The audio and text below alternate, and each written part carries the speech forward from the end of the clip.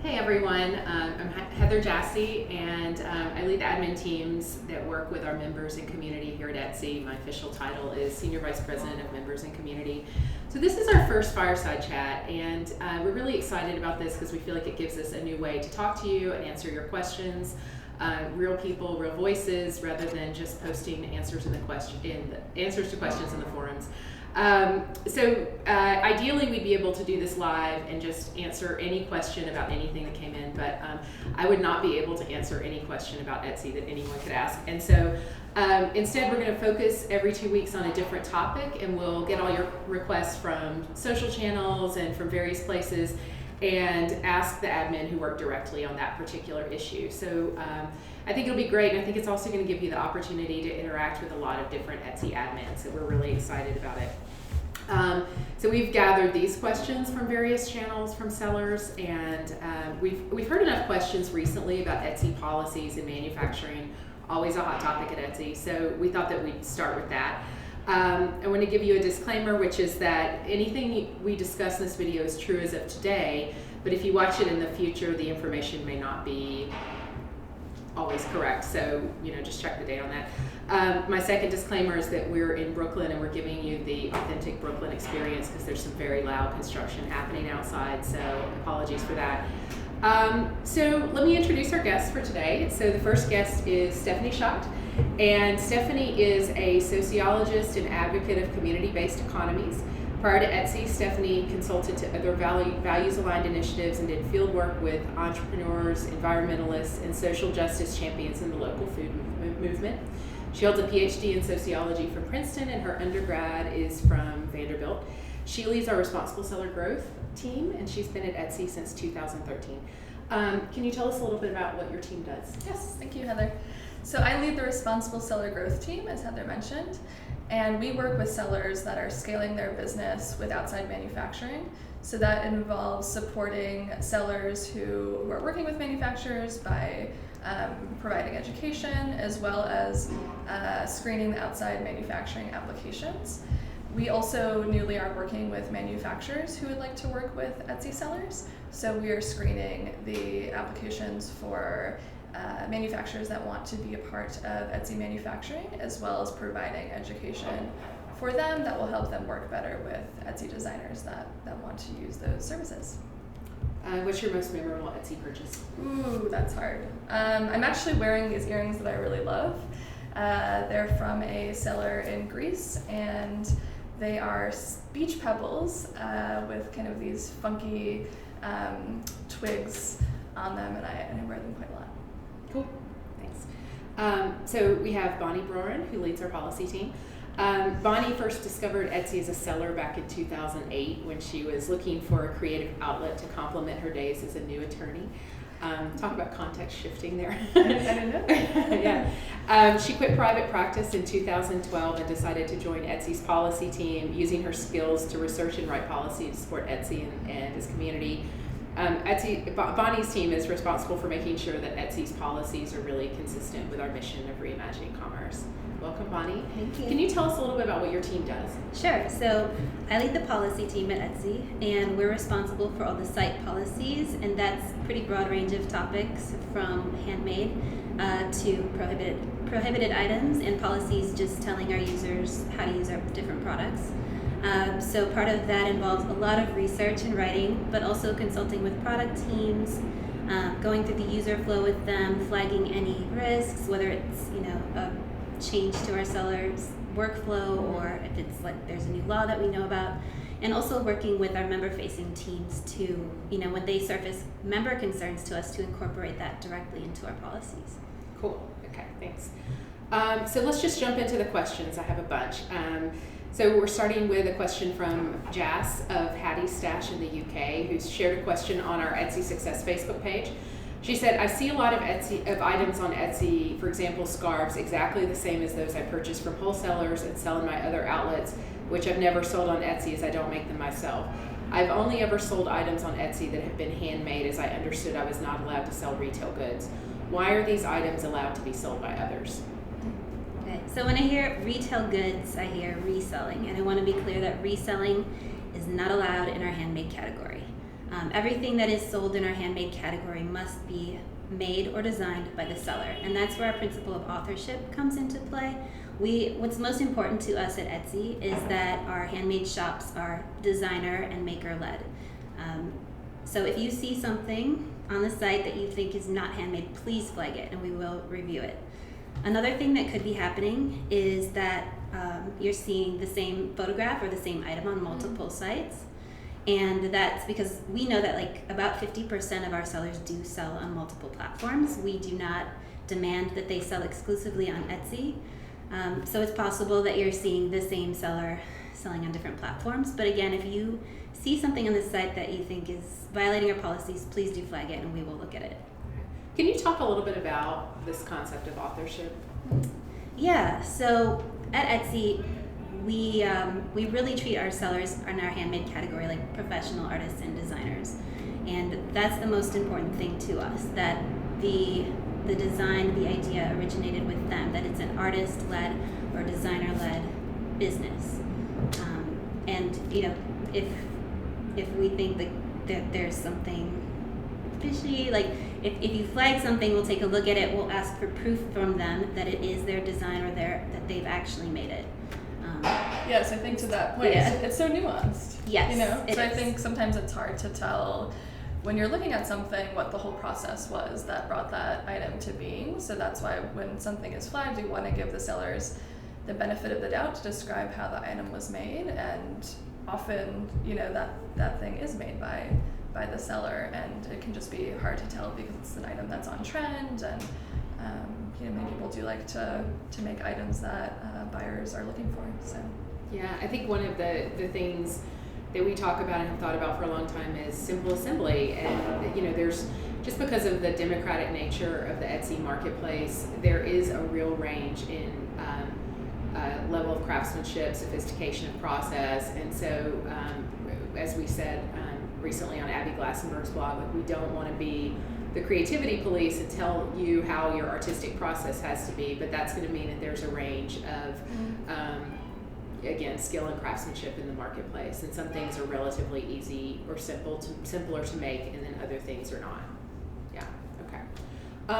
So on a related note, we've heard from some sellers who are worried that manufacturers themselves might sell on Etsy. So when I hear manufacturers, I think, you know, like you're picturing just a factory where there's like a manager, they're managing a bunch of people making stuff, and that's like an Etsy shop, and that is not allowed on Etsy. Like I said, everything sold in the handmade category, shops in the handmade category, the seller must be the designer or the maker. So you couldn't have like just somebody managing a bunch of makers or like a manager of a factory selling in our handmade category. That is not allowed.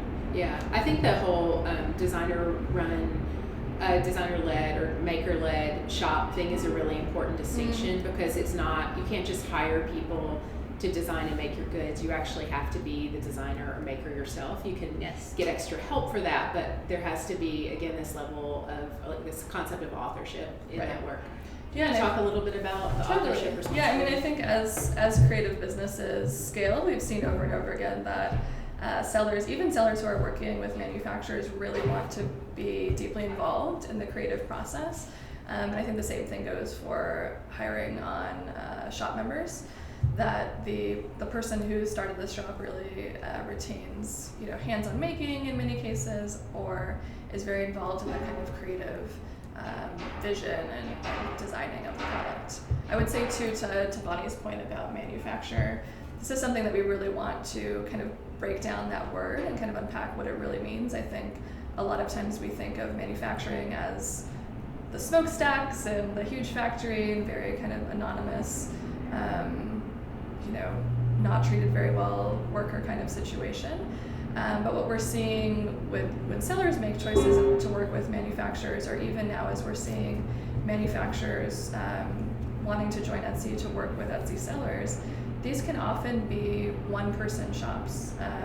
So someone can exist as an Etsy seller, Etsy retail seller, where they're making their items and involved with the design of their items. They could also be working as a manufacturer for someone else, where someone else is providing that design capacity and they're providing their expertise as a maker. So I just kind of want to unpack that word of factory. And yeah, I mean, I think too. Isn't it right that a number of things that are now called manufacturing were previously allowed on Etsy, but we're asking people to disclose them as a manufacturer? Yes. Can you talk a little bit about why we did that? What's the decision? I know some sellers feel like I was allowed to do this before and now I have to go through this process. Can you talk us through why we decided to do that? Right. Yeah, I think that has been a misconception and also sometimes a frustration, which I totally get. If something was allowed before, it can feel like a hoop to have to go through this new process. The reason that we did that is we were realizing that there is such a variety in the way things are produced and handmade, and we wanted to reveal those relationships and processes more transparently. And so the idea that, for example, working with a printer was allowed before, it's still allowed if you're working with an outside partner and not sort of producing that in-house. There's still, obviously there's a printing machine in many cases, but there are also people who are doing that, who have a level of skill, and being able to sort of honor their work through the About page, listing them as a manufacturer is something that we thought would be a great way to sort of celebrate the way that production is happening and kind of lift the veil for buyers as they're trying to really get the full picture of your shop. Yeah, I mean, I think of it that way as really like humanizing what's happening behind the scenes, so that people, so it's transparent. People have this real view of all the inputs into the thing, and I know that sometimes maybe sellers might feel that it feels like punishment to have to go through this process, but we're actually trying to create an atmosphere of greater transparency in our marketplace, which is why we've done that. Let's see. So Stephanie, our next question is something for you. I've heard a little bit about Etsy manufacturing. How will this help sellers? Will it change existing processes, for example, approval for outside manufacturing? Yes. So we recently announced Etsy manufacturing was open to manufacturers to apply. This happened just last month, so we're definitely getting some questions in the forums directly, and indirectly, about what that means, what was kind of the vision behind it, how's it going to take shape over time. And we're really excited about it. I think it's an amazing opportunity, hopefully, for Etsy sellers. We really designed this based on what we were hearing from sellers, that, as sellers think about different business goals, could be, getting more access to brick and mortars, wholesale accounts, or, kind of the story that we hear often of someone has a very successful item that they find themselves spending all their time producing, and they kind of miss that creative energy they had when they first came up with that item. Frame people up to make those kinds of, bring that creativity back to their work is an answer that I think manufacturing could solve for some people. And what we were hearing as people were considering this idea of manufacturing is it's hard to find the right person. It's hard to find a manufacturer in general, but then when you're a small maker who has put so much work into the quality of your items and really believe in what you're producing, it's hard to find someone who wants to work with you and really shares that and is willing to produce at the small runs that you need. So Etsy manufacturing came out of that, came really out of hoping to solve or just make easier, this challenge that sellers face. We also think it's really exciting for manufacturers. One thing that we've seen so far in the applications that have come in is that a lot of Etsy sellers want to join as manufacturers, which was something that I really hoped, but it was really exciting to start seeing that. And we're seeing, manufacturing businesses that I think look really similar to Etsy sellers in the sense that they are smaller businesses, invested in their communities, invested in their expertise, and those people are, coming out and kind of joining. So it's super exciting. It won't change the outside manufacturing process, which is still about the seller's creative process, their authorship, as well as how they're working with their manufacturer.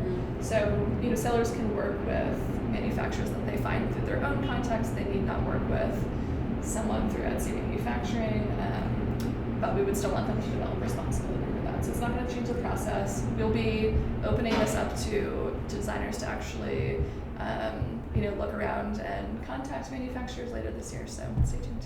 So what would you say to a seller who says, that's great and fine, but I don't have any desire to get help with what I do. I want to keep everything something I can manage myself. What would you say about that? No, that's great. I think that's a lot of our community believes that way, and I think that's amazing.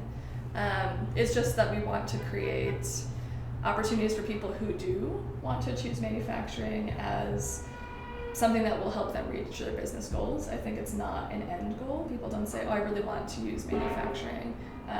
It's often a vehicle for something else. So yeah, I think there's a place for everyone on Etsy, and I think the shop that wants to, retain that control over their items and not work with a partner is very celebrated, and may not be a fit for this particular product, but something that we support in a variety of other ways. Cool. So what about pricing? Because a lot of sellers have the fear that this will drive down prices, that they can't compete with people who are producing larger runs cheaper. So what are your thoughts on that? Yes. Competition is such a hot topic for, I think, any creative business, right? Any small business, really. We do hear this again and again. I think what has been interesting to hear as kind of a counterpoint to that is that sometimes sellers have to raise their prices when they work with manufacturers. We've heard from manufacturers as well, the designer, looking at someone's shop and saying, if I was working with this designer, they would actually need to raise their prices to be able to, have some kind of margin. So I think that has been really interesting. I think it's a little bit more complex than one thinks, and maybe some of that is being pointed to resellers and not to people who are designer businesses working with manufacturers. Yeah, I think that's interesting because I've heard that from manufacturers as well, and it's always an interesting conversation to have. So I think the next question I'll take. This is from Amanda of Classy Squid Fiber Company. I love that name. What's the process like when a shop needs to be taken down? I've seen a lot of scare ads for Etsy backup services that claim a shutdown could happen to anyone at any time with no warning. Is that true? Thanks in advance.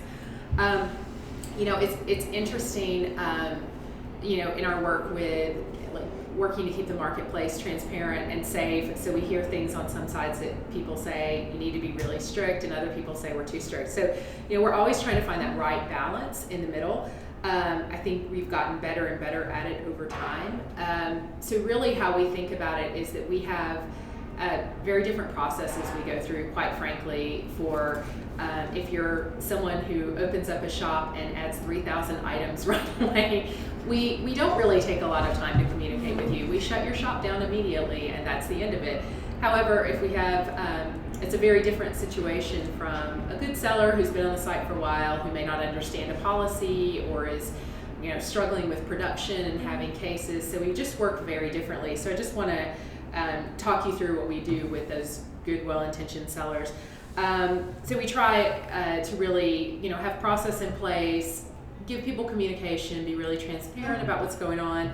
There are a couple of different things. Like we have a program we've launched the last couple of years where we reach out to and work with sellers who are starting to have cases filed against them because they're having trouble meeting delivery times, not delivery times, but they're just starting to sort of get behind on their work. And so what we do is actually pull them out of public search. We reach out to them.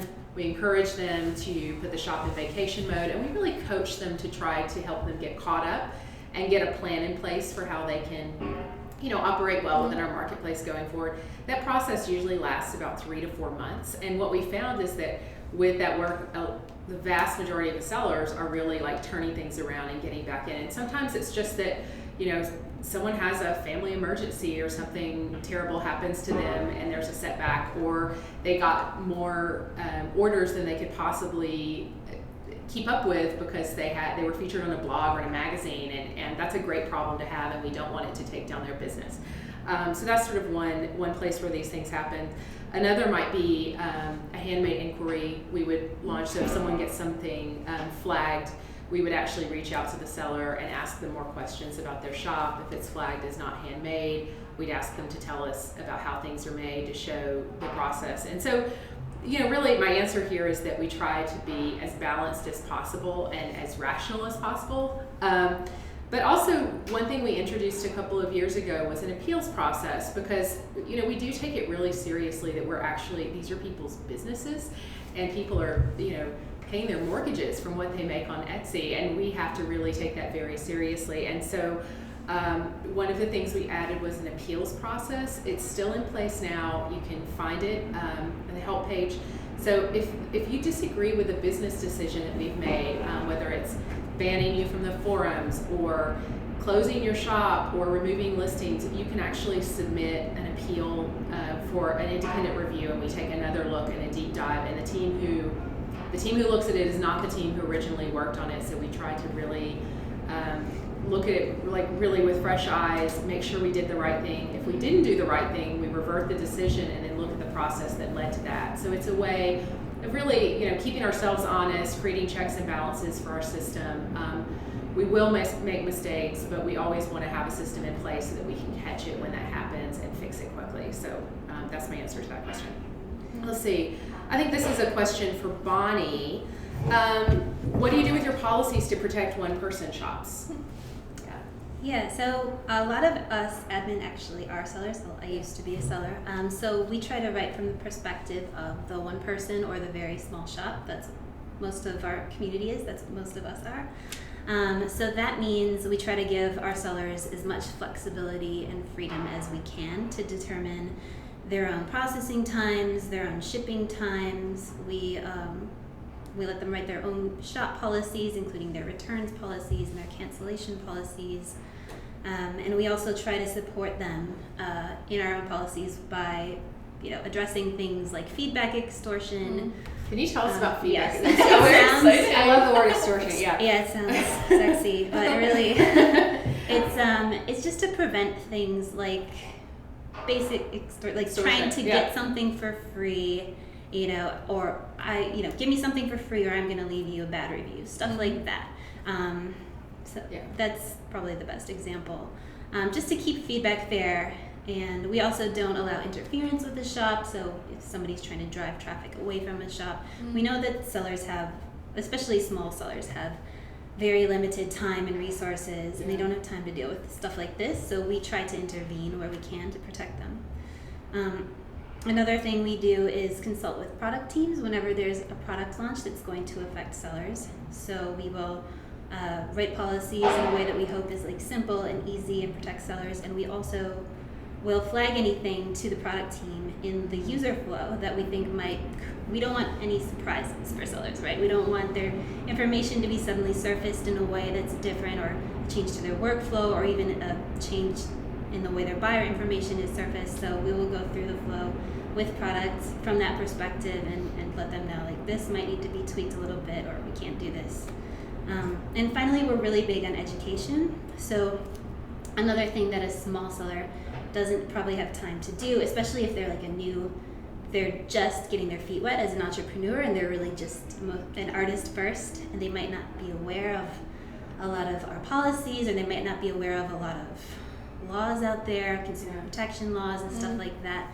So we try to surface that right in the listing process. So if you try to list something in a subcategory where there could be laws or policies, a tweet-length text will pop up that takes you to an educational article letting you know, hey, there are some laws you might want to look at, or hey, this might be in violation of our policies. So, and in addition to the inline education, we have the seller handbook. Our seller education team has a ton of free education on the site.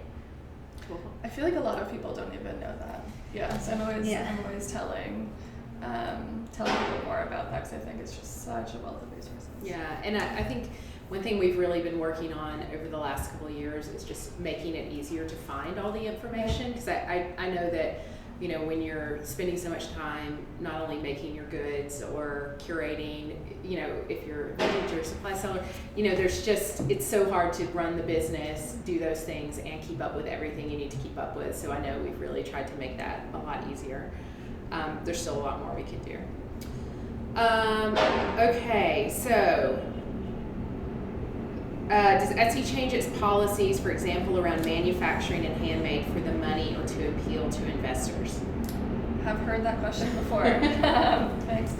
No, so we, like I mentioned before around the Etsy manufacturing marketplace, we're always doing a lot of research with the community to understand what they need, because we want to be able to to provide that to the extent we can.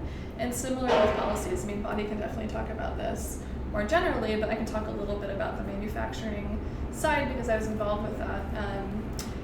There was just a lot of talking with sellers directly through interviews that went into making that decision, surveys with sellers, looking at what sellers were doing already, which is often extremely responsible. And what we were hearing over and over again was just that sellers felt a little bit confused by our policies.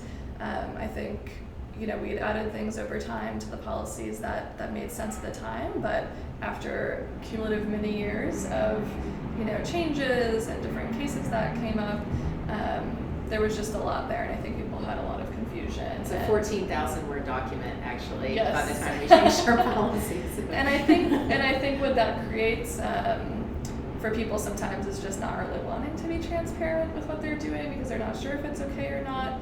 And that was the opposite of what we wanted to foster. So we thought by kind of simplifying the policies, giving sellers more freedom to run their business as they like, and yet still create a process that felt mindful. We've tried that with the outside manufacturing application, that people would hopefully feel encouraged to be transparent, and buyers would have more of that information.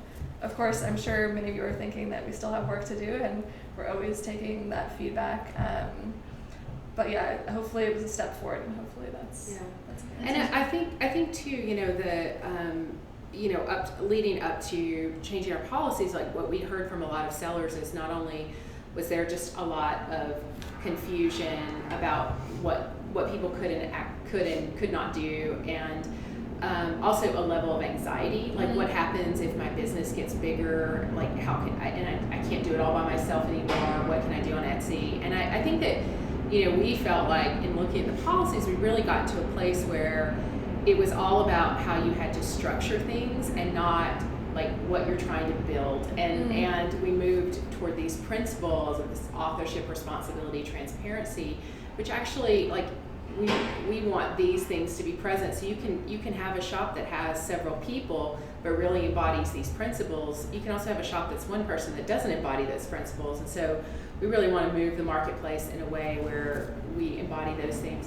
I think another thing that was interesting leading up to that was that we had launched our wholesale, and wholesale was interesting because it just had completely separate policies from Etsy itself, and we just had open field applications just asking people how they were growing their business. And so just from reading through that, we got a lot of sense of how people could do this in the right way, and it really provided a lot of learning for us in terms of how we structured our policies. Did you want to add anything? Yeah. Just going back to the question, do we do things for money? I mean, speaking more generally, like look at our track record, I think you could see that our policy decisions are really values-based and mission-driven. We've kept our fees the same for, I think, the beginning of time, the 20-cent listing fee, the 3.5% commission fee, and that's so that most of the revenue goes back to our sellers. We know it's really hard to make it as an artist, and we want as much revenue to go back to our sellers as possible. If you take a look at our, there are plenty of times when we've actually chosen to forego revenue because it was just the right ethical thing to do. And if you look at our prohibited items policy, that's pretty apparent, especially with our stance on items made from endangered animals or ivory. We're just like, no, that's just not consistent with our values. That's not allowed on Etsy. And of course, with the handmade policies, we just wanted to give our sellers a way to scale and grow in a way that was consistent with our values. Yeah. Okay. I have one more super important question, which is, what's your spirit animal? This is not the first time this question has come up at Etsy. I'll just say for people who don't know Etsy admin. For years I used to raise chickens, and I used to say chicken was my spirit animal, but I would say maybe a dolphin now. I'm from Florida, and I'm kind of missing the beach because it's starting to get fall in Brooklyn, so I'm going to say dolphin. It's going to get a lot worse in about 2 months. Oh yeah. Bonnie. Oh, yeah. So I would have said cat for a long time, some kind of cat, maybe a big cat. But now that I'm pregnant, I think kangaroo. I've heard they're also fighters, so that works for me. That fits. Yeah. A mom and a fighter. So Bonnie, thank you for being here. Bonnie's about to have a baby anytime. And thank you both for being here. So I know there are lots more questions about this. Recently, Stephanie and I were on Abby Glassenberg's blog While She Naps, discussing the topics of manufacturing and policies in even more depth. So if you'd like to tune into that, you could hear even more if you want to nerd out on this stuff. And also, if you have specific questions about your Etsy shop or Etsy's policies, please feel free to email our support team. So our next Fireside Chat is on Thursday, October 28th, and I'm going to be joined by Nicholas Daniel, who's our Director of Product Management, and Group Product Manager and Vintage Seller Nikki Skarstead, who many of you know. Nikki's been at Etsy for some time. Nikki's going to discuss our work on seller tools in 2015 and how we approach building product for Etsy sellers. And Nick is going to review updates we've made to search in the past year, and he's going to talk about other ways that we think about buyers and bringing buyers to your shop at Etsy. So I think that should be really interesting. We're not going to be discussing specific product requests. So if there's something you really want us to build, we're not going to be talking about that, but we will be answering questions. So if there are particular things you really don't understand about how those things work, this would be a great time to ask that. So you should post that question on the Etsy Success Facebook page. And if you're not already following along with Etsy Success, please do, because it's awesome. Anything to add? Is that it? No, this was fun. Okay, thank you for joining us today, everyone. Good to talk to you. Bye.